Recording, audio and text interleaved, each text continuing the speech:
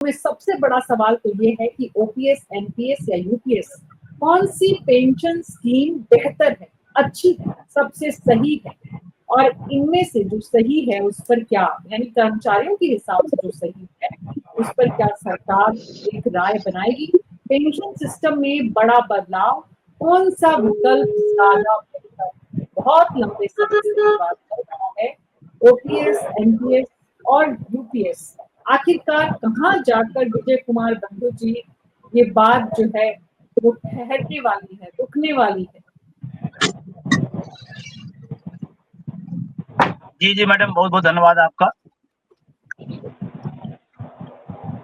आवाज आ रही मैडम? जी जी जी जी जी। सबसे पहले तो तमाम जहां चैनल तमाम तरह की बातें कर रहे हैं, उस दौर में आप और आपका चैनल कम से कम जनवादी सवालों को, जो मूलभूत सवाल हैं, उस पर बात कर रहा है। इसके लिए आपका स्वागत है। रही बात एनपीएस, यूपीएस और ओपीएस, एनपीएस और यूपीएस पेंशन नहीं है, इसको पेंशन कहना ही सबसे बड़ा अन्याय है। ओपीएस एक सामाजिक सुरक्षा है, पुरानी पेंशन ही पेंशन है। हमारी एनपीएस और यूपीएस जो सरकार के द्वारा दी जा रही है, वो पेंशन नहीं है, वो स्कीम है। और स्कीम कभी भी किसी के लिए फायदेमंद नहीं होता है। उसके पीछे मैं कारण बता दूं। सरकार बार बार अपना तर्क देती है। दो तर्क उसका रहती है, दो तरह के पैमाने पर। पहला तर्क ये रहता है कि पहला तर्क ये रहता है कि पैसे की समस्या है, पैसे की समस्या है। तो अभी अभी आपने संसद में देखा होगा, इसको चला दो, अभी अभी आप गाड़ी स्टार्ट कर दो।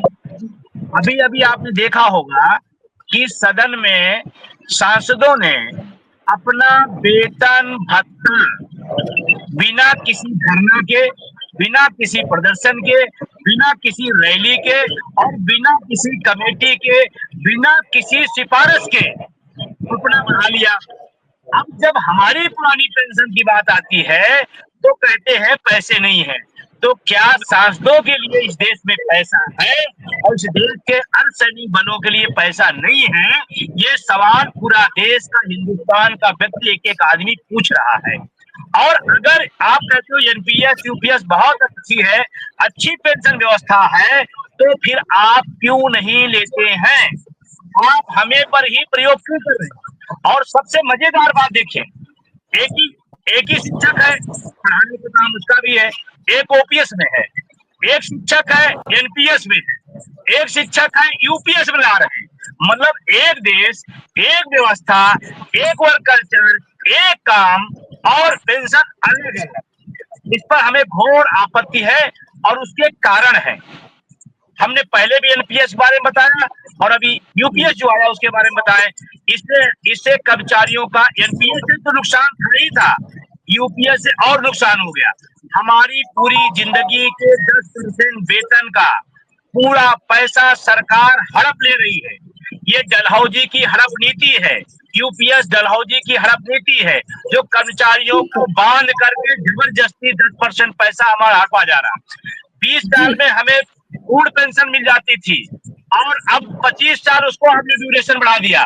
फिर आप कहते हो अच्छी है, उसके बाद आपने कहा 25 साल तक हम काउंटिंग करेंगे, 26 साल का आपके सर्विस से कोई लेना देना नहीं, 30 साल सर्विस हो कोई लेना देना नहीं है।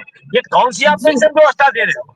अभी एक और बताएं, सेवानिवृत्त होने पर अगर कोई बीआरएस लेता है, 52 साल में कोई बीआरएस ले लेता है, तो उसको बीआरएस के बाद 8 साल इंतजार करना पड़ेगा।